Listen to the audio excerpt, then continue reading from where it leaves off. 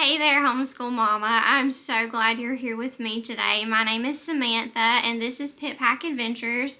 And today, I just want to tell you something that is just so close to my heart these days, and that is you are enough. You are enough to homeschool your babies that God has blessed you with. I know homeschool sometimes can seem so overwhelming, exhausting, and even lonely. And so today I'm here to tell you that what you're doing is enough. What you're doing is kingdom work, and what you are doing is worth it. So let's jump into today's video. This time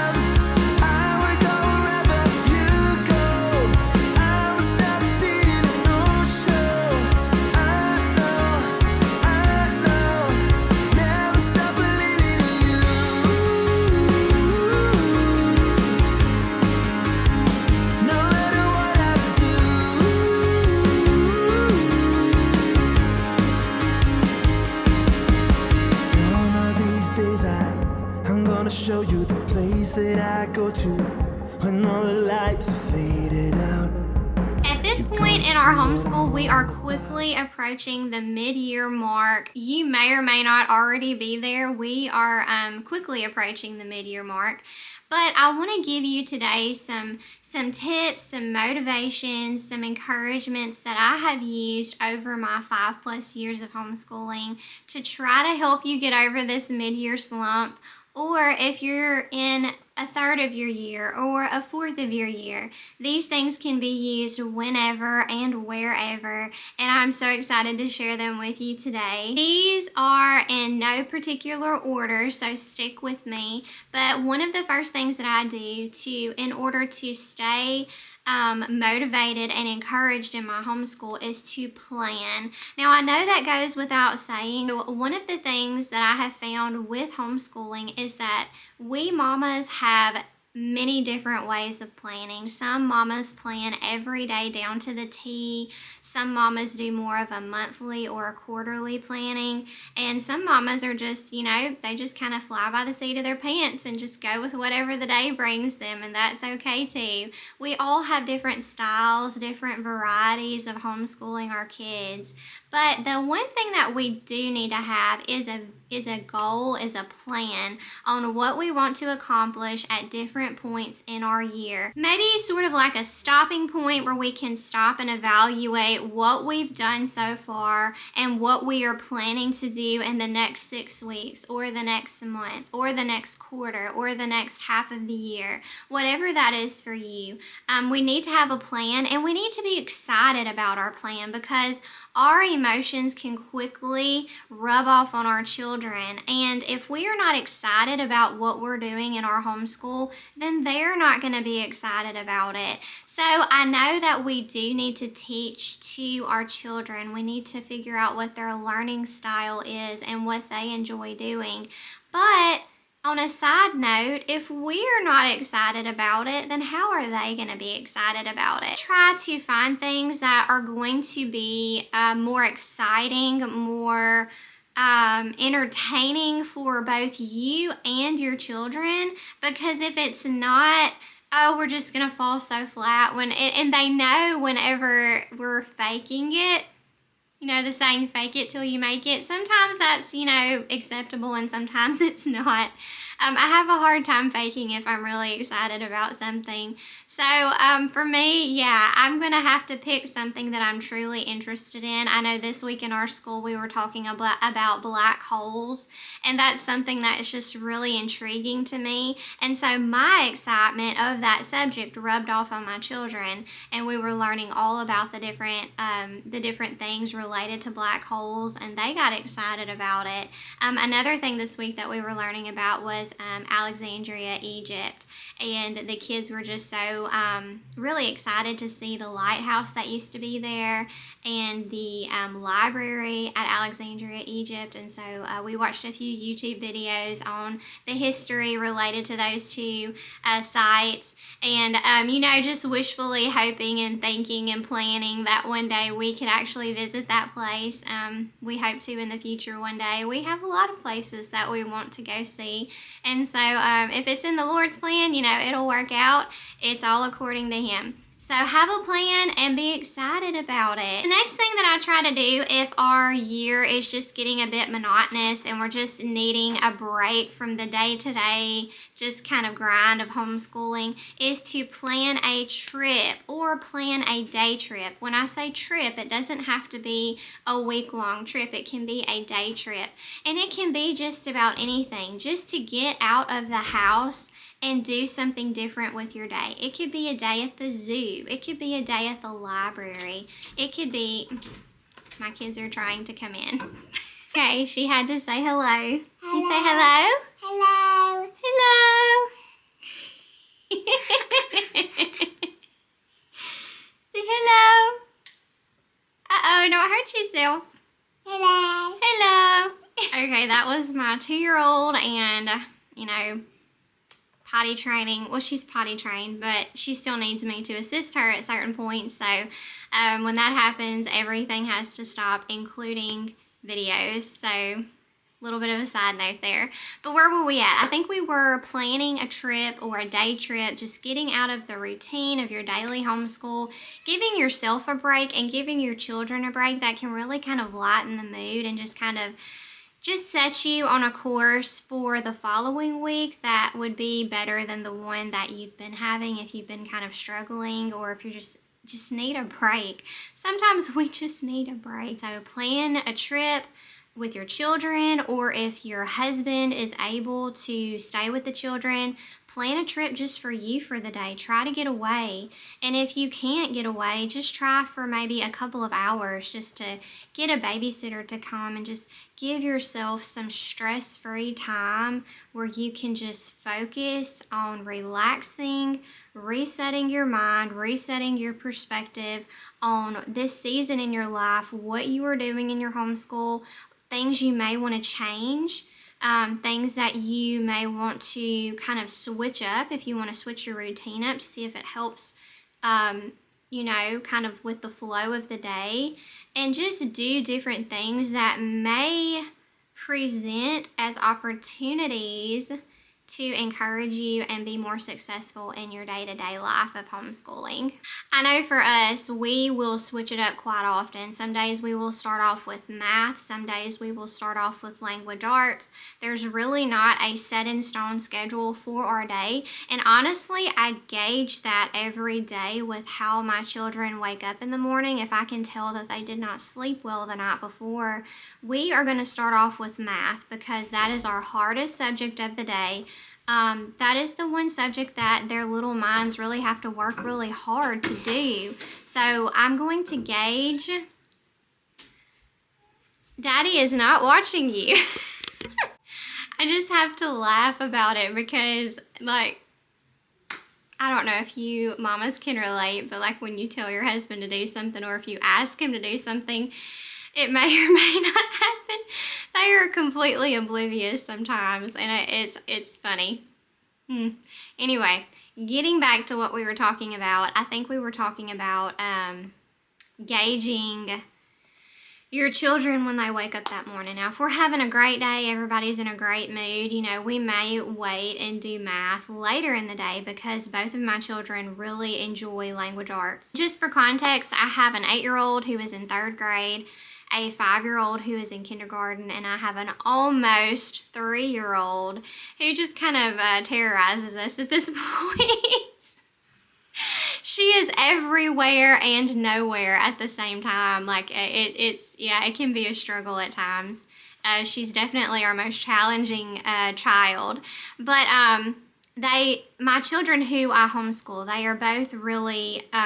they both really love language arts. So that is not a struggle at all for us. And my kindergartner, he really likes math too. Math is not a struggle for him. Now for my 3rd grader, she's, I don't want to say struggle. She does not struggle in math, but it takes a while.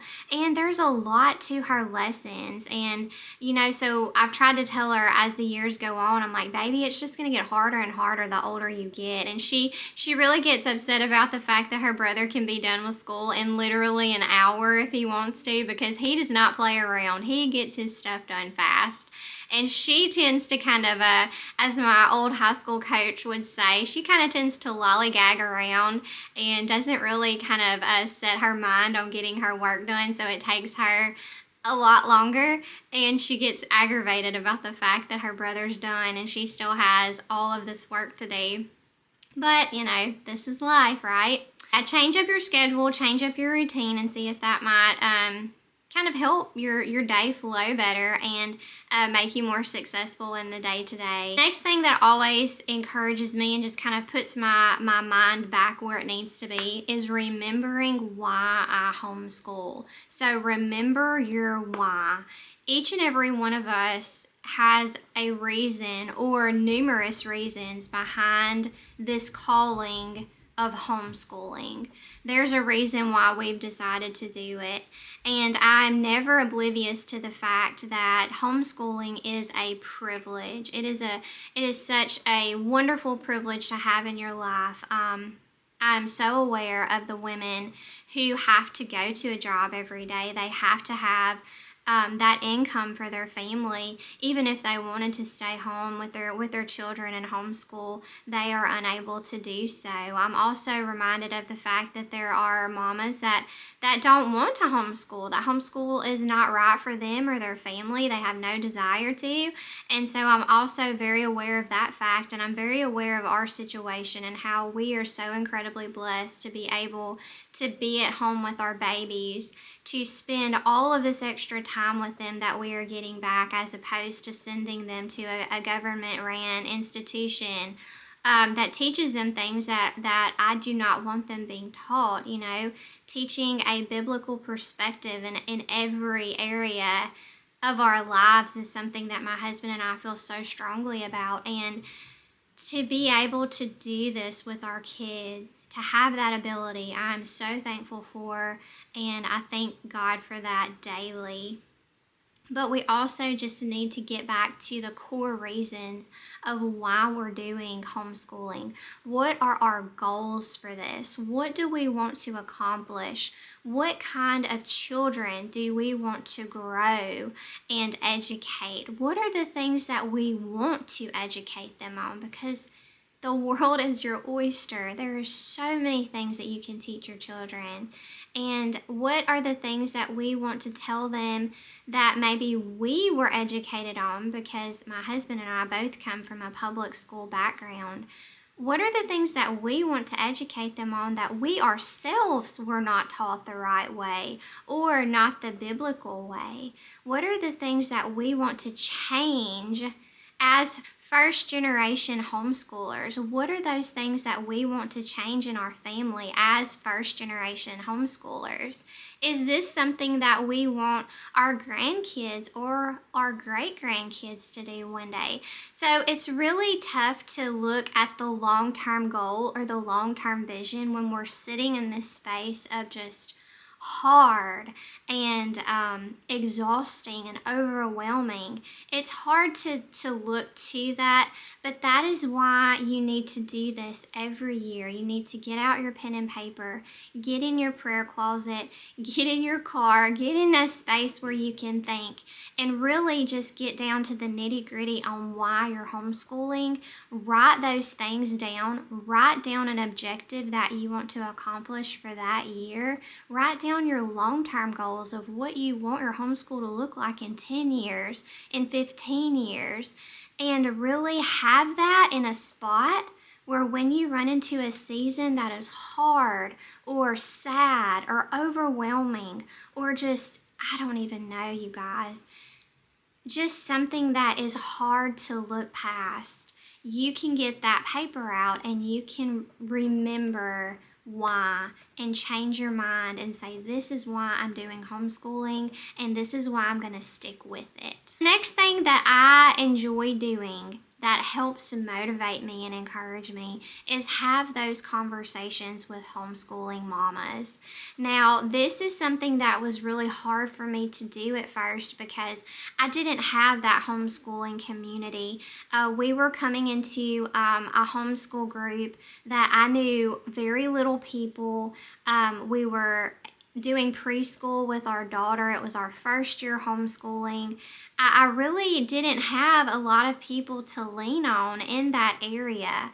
I was not homeschooled. I knew very little people that were homeschooled, and even if I did know them, I didn't know a lot about what homeschool entailed. So it really took me several years to build those relationships with people, and I will treasure the conversations that I've had over the years with different homeschool mamas, because those are truly the people that can relate to you. And it's always good to talk to your spouse about your homeschool day and all things related to homeschool with your kiddos. But it's really hard, I think, sometimes for husbands to understand in depth about what we're talking about, or what makes us excited, or what makes us a bit apprehensive. And so to be able to talk to those homeschool mamas that are doing this day in and day out with their children, it really helps. And they would probably have a lot of different ideas and things to kind of get you out of the routine that you're in, to try something different and to motivate you and just support you. I actually had a conversation with two homeschool mamas the other day about a topic that was unrelated to homeschool. It was just about life with our young daughters, and to hear their thoughts on the subject was just really it really kind of reinforced what my husband and I were trying to do with our children. Really just nice to hear that there are people out there that believe the things that we believe, even to the nitpickiest things about homeschooling. I know that homeschoolers are a bit different from other people, and sometimes it's really hard to talk to someone that's not homeschooling their children about the things that you're worried about or you're upset about, because they don't live that same life. And so for me, it's really nice to have people that are right where you're at in their homeschooling journey. Their kids are the same ages, you're in the same curriculum, you're in the same homeschool group, and to hear their thoughts and their ideas on just life in general, and not just about homeschool but about everything else. So if you have that community, take advantage of it. And if you don't have that community, I would love to hear what your thoughts are. If you're struggling with something, I would love to try to help you with that. That's why I'm here on YouTube. So just let me know if there's something that you really need help with, any questions about, if there's any way that I can help you. I would love to talk to you. So just drop your thoughts in the comments below, or you can send me a message. I have the links for Instagram and Facebook down below, and you could personally message me there also. And I would love to talk to you about all the things in your life, anything homeschool related or just children related, family related. So that's one of the reasons why I'm here. So utilize your community, your homeschool mamas, and your friends. Next thing that I do to just encourage myself and just to give myself just support through our homeschool year and even day to day is to not rely on my own strength, to rely on the Lord's strength. Whew, this is so important, because she's here again. Hello, your daddy's still not watching you. Say hi again. I'll be back.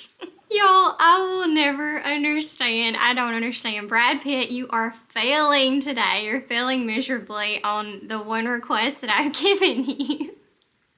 Watch your 2-year-old. That's all you have to do. For like 10 minutes, watch her.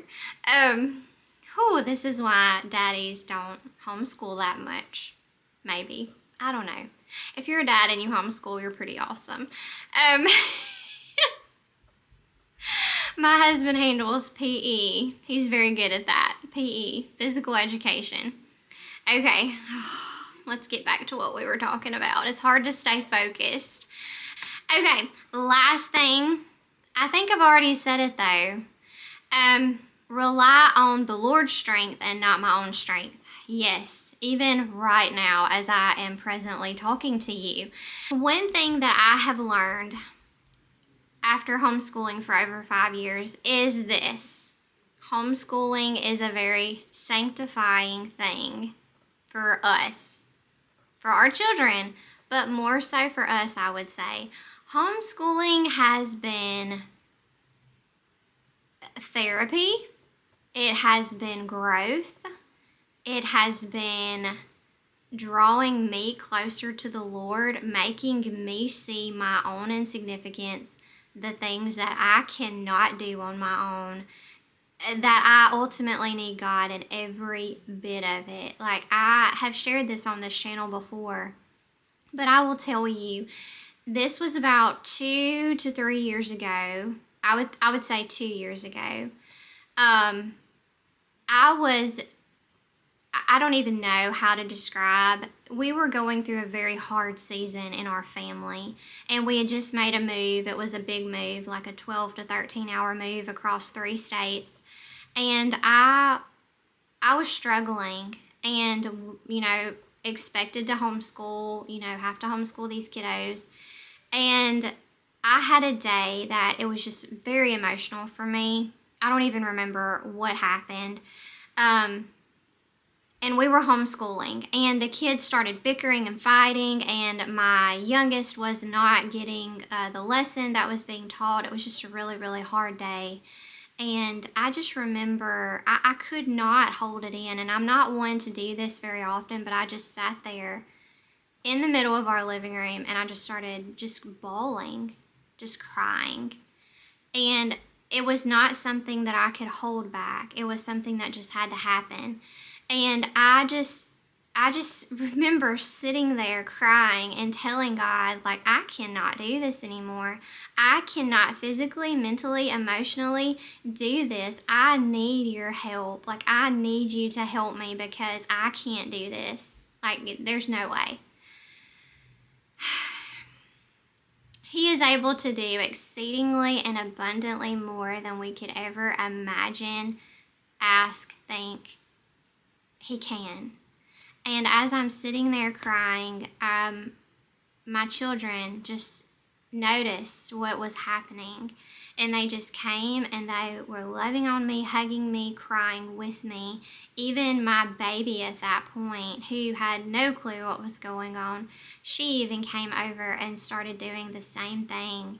And we just sat there and cried, and we just prayed together. And for me, it was a very eye-opening experience because it showed me that I don't have to be perfect for my children. If there are times where I need to cry, or I need to just do something different from what the normal day is, that they see my struggles and they see how I handle my struggles, that is part of homeschooling. That is part of them learning that mom and dad are not perfect. Mom and dad struggle. Mom and dad need breaks. Mom and dad need the Lord. So in the future, when they're going through hard times in their lives, they will know, hey, it's okay for me to sit down and cry and call out to God to help me through this situation because I saw my mom do that, or I saw my dad do that. So for me, after everything was said and done, and we went on about our day after we just kind of took a moment, that was a lesson in itself, to know that it's okay to do that with your children. Now, I'm not saying you do that every day, but there are times where they need to see that from us. And so to realize that the homeschool thing that we're doing, we will never be able to do it on our own. It is not possible. We need God. We need Jesus every day. Obviously, I'm a Christian. My husband is. We are raising Bible-believing, Jesus-loving people and little humans, little arrows. That is our plan. That is the ultimate goal of our homeschool. And, I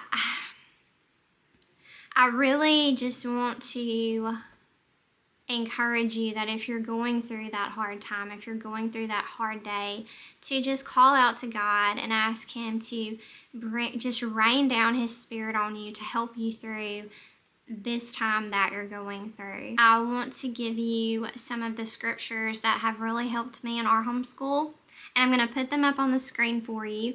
And I'm going to start off with Philippians chapter 4, verse 13, and it says, I can do all things through Christ who strengthens me.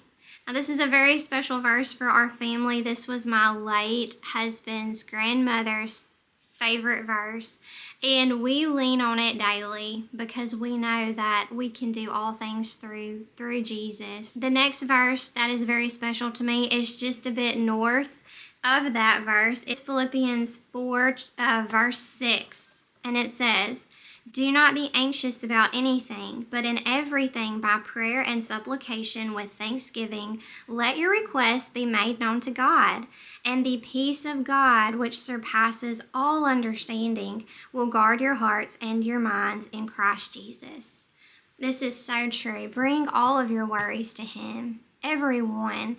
Nothing is too small for Jesus. He wants to hear everything in your life that you need Him for and to ask Him for, to always be thankful for everything that He's given us in our homeschools and to ask for the things that we do not have, which includes patience, understanding, love, all of those different things that we need daily with our kids. The next verse that I want to share with you guys is in the book of Ephesians, and it is in chapter 3, verse 20, and it says, now to Him who is able to do far more abundantly than all that we ask or think, according to the power at work within us.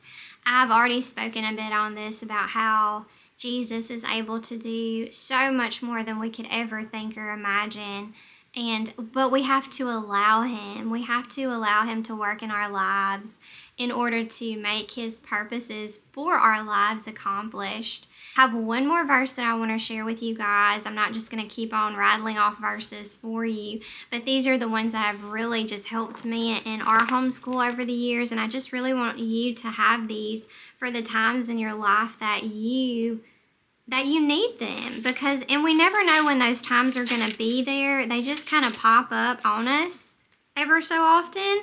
So to have these in your back pocket, just pull them out, go with them. The last one is, I guess it's kind of considered the homeschooling verse.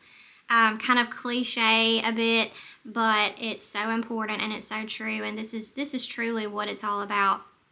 You already know what I'm about to say. Deuteronomy chapter 6, starting in verse 6. Let me find it. Here we go. And these words that I command you today shall be on your heart. You shall teach them diligently to your children, and shall talk of them when you sit in your house, and when you walk by the way, and when you lie down, and when you rise. I love that verse. I love that verse because that pretty much sums up everything that we are trying to do as homeschool mamas. And I know that some of you out there, you are not of a Christian faith and you are homeschooling for completely different reasons. And I completely get that. I understand that. I know these verses may not be applicable to you. But I also just wanted to tell you those verses because even you are going to run into times where you need something extra. And, don't be afraid to say these verses out loud and to, like the verse said, write them on your hearts, because you might be surprised at what you find, right? That is one thing that I've learned about homeschool that I absolutely love, is that I'm learning as much as my kids. Like, I feel like I'm doing a whole different, refresher course on all of these things, and honestly things that I've never even learned before. It gets me excited because I'm learning alongside my children, and that is one thing that I love about this life that we have been blessed with. And I hope that some of these points that I have made that help me, I hope that they help you whenever you need that extra motivation, that extra support. I'm so glad you spent this time with me here today. I thank you for being here. So if you enjoyed this video today, let me know down in the comments down below, and don't forget to subscribe to this channel so you can get more of this homeschool content. That we're building a homeschool community here, travel school community. And also remember You are enough, Mama. Your children are enough. They are worth it. They are worth this homeschool life. Give yourself grace for the hard seasons, for the hard times that are going to come in your homeschool. And remember where you get your strength from. And remember that I'm here cheering you on as well. And we will see you next time in our next video. Be on the lookout for that. And I hope you have a wonderful, happy homeschooling day, a blessed day. And we'll see you next time. Bye, guys.